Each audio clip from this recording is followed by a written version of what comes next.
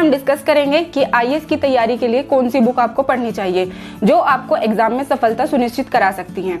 देखिए, सपना तो हर एक कोई देखता है, लेकिन उसकी कीमत चुका नहीं सकता, और सपने उन्हीं के पूरे होते हैं जो इसकी कीमत चुकाते हैं। एक ऐसा ही सपना है आईएएस बनने का। अगर आप आईएएस बनना चाहते हैं तो ये वीडियो आपके लिए काफी हेल्पफुल होगी, और बने रहिए इस वीडियो में हमारे साथ एंड तक। देखिए, जो आईएएस का एग्जाम है वो यूपीएससी यानी कि union public service commission conduct कराता है। जैसा कि आप जानते होंगे कि जो एग्जाम है ये 3 स्टेप्स में कंप्लीट होता है, prelims, mains and interview. Prelims में 2 पेपर होते हैं। पेपर 1 आपका कट ऑफ बनती है उस पेपर के अकॉर्डिंग। जो पेपर 2 होता है वो क्वालिफाइंग नेचर का होता है। आज इस वीडियो में हम पेपर 1 में कौन सी बुक आपके लिए यूजफुल होंगी, बेस्ट होंगी, वही डिस्कस करेंगे। देखिए, यूपीएससी ने 2020 का नोटिफिकेशन जारी कर दिया है, और आपकी इस बार जो एग्जाम डेट रखी गई है वो रखी गई है 31 में, यानी कि आपके पास कितना टाइम बचता है, लगभग देखा जाए तो 3 मंथ्स। देखिए, सिलेबस बहुत वास्ट है, तो आपको अभी से इस तैयारी में लगना होगा। चलिए स्टार्ट करते हैं। देखिए, कोई भी आप सेक्शन पढ़ रहे हो उसमें एनसीईआरटी आपको पढ़नी ही पढ़नी है, क्योंकि एनसीईआरटी जो है वो हमारा बेस क्लियर करती है, और बेस क्लियर करने के बाद में आप रेफरेंस मटेरियल जैसे कि नीचे दिया गया है और मैं बताऊंगी आपको, वो आपको पढ़ना है। जब तक आपका बेस क्लियर नहीं होगा तो आप रेफरेंस मटेरियल ना पढ़ें। मेरी सलाह यही है, सबसे पहले अपना बेस क्लियर करें, क्योंकि बेस जो है वो किसी भी एग्जाम की नींव होती है। अगर आपका बेस ही तैयार नहीं है तो फिर आप रेफरेंस मटेरियल को नहीं समझ पाएंगे। तो सबसे पहले आपको एनसीईआरटी पढ़नी है, तो वो 6 से लेकर के 12th क्लास की आपको एनसीईआरटी पढ़नी है। अगर आपको ओल्ड एडिशन मिल जाता है कहीं से तो वो बहुत बेस्ट है, नहीं भी मिल पाता तो जो न्यू एडिशन है आप उससे भी तैयारी कर सकते हैं। देखिए, प्राचीन भारत के लिए आप रामशरण शर्मा देख सकते हैं। मध्यकालीन भारत के लिए आप सतीश चंद्रा देख सकते हैं। प्राचीन एवं मध्यकालीन भारत का इतिहास, इसमें जो प्राचीन और मध्यकालीन दोनों मिलाकर दिए गए हैं। आपको स्क्रीन पर ये बुक दिख रही होगी, ये प्रभात पब्लिकेशन की बुक है, आप इसको भी रेफरेंस कर सकते हैं।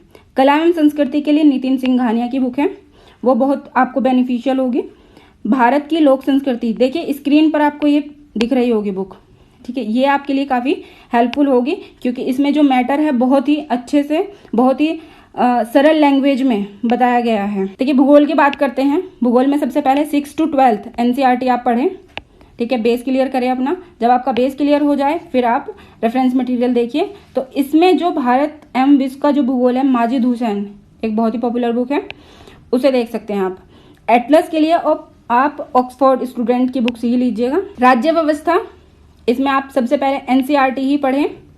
मैं बता चुकी हूँ कि एनसीईआरटी बेस होता है, तो सबसे पहले उसे ही पढ़ें।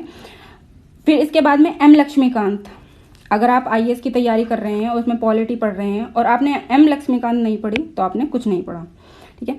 इसके लिए ये बुक भी आती है, भारतीय संविधान एवं राज्य व्यवस्था, ये प्रभात पब्लिकेशन की बुक है, आपको स्क्रीन पर दिख रही होगी ये, ठीक है, आप इसे भी रेफर कर सकते हैं।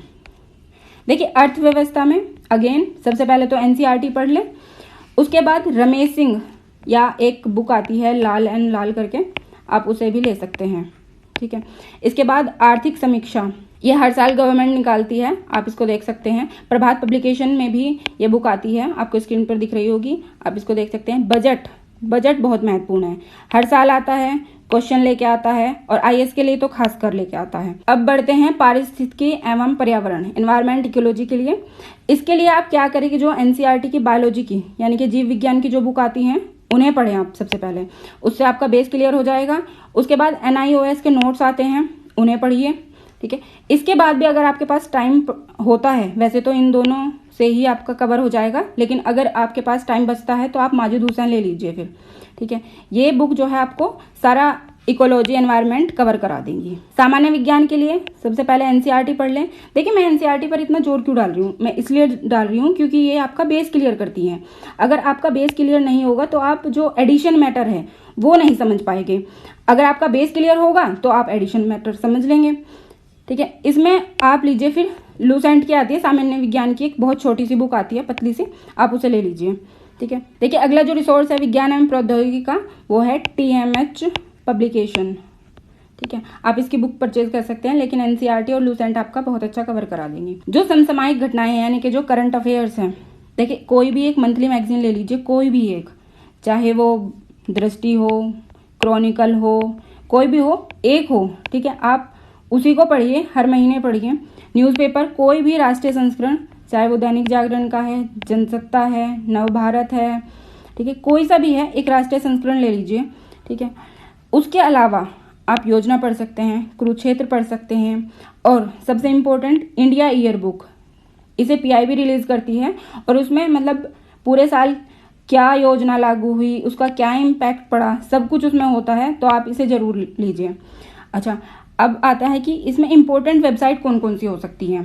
तो आप पीआईबी को फॉलो कर सकते हैं, ऑल इंडिया रेडियो न्यूज़ को फॉलो कर सकते हैं, ठीक है। इसके अलावा आप इंडिया गवर्नमेंट की साइट होती हैं, उनको फॉलो कर लीजिए। आपका करंट अफेयर इसी से तैयार होगा, ठीक है। और आप अपना करंट अफेयर डेली तैयार करें, ये नहीं कि आप सबसे लास्ट में जब एग्जाम के 15 दिन रह जाएं, 10 दिन रह जाएं, जब आप करंट अफेयर तैयार कर रहे हैं, नहीं, आप डेली उनके नोट्स बनाएं, आप डेली न्यूज़पेपर पढ़ें, आप डेली वेबसाइट को फॉलो करें। अब बात करते हैं रिवीजन एंड प्रैक्टिस की। देखिए, आप तैयारी तो कर लेंगे, लेकिन उसकी रिवीजन और उसकी प्रैक्टिस सबसे ज़्यादा इंपॉर्टेंट है। रिवीजन के लिए आप सामान्य ज्ञान महासागर, प्रभात पब्लिकेशन की बुक आती है, इसे ले लीजिए, इससे आपके फैक्ट्स भी कवर हो जाएंगे। आप मॉक टेस्ट लगाइए, जितने ज़्यादा आप क्वेश्चंस लगाएंगे उतनी ही आपकी प्रैक्टिस ज़्यादा होगी, आप नेगेटिव मार्किंग से बच जाएंगे, आपका टाइम मैनेज हो जाएगा, और साथ में आपको क्वेश्चन की नेचर भी पता चल जाएगी कि एग्जाम में कैसे क्वेश्चंस आते हैं, ठीक है। सोल्ड पेपर्स, ये बहुत इंपॉर्टेंट फैक्टर है। क्यों? क्योंकि इससे आपको प्रीवियस ईयर्स के जो पेपर की नेचर है वो कैसी है वो पता चलती है, साथ में कि किस सेक्शन से ज़्यादा क्वेश्चन आ रहे हैं ये पता चल जाता है, क्या इंपॉर्टेंट, ठीक है, सेक्शंस हैं, क्या इंपॉर्टेंट हेडलाइन रही पूरे साल की जहाँ से क्वेश्चन बना, ये सब पता चल जाता है आपको। प्लीज़ इसे लाइक कीजिए, शेयर कीजिए एंड कमेंट कीजिए।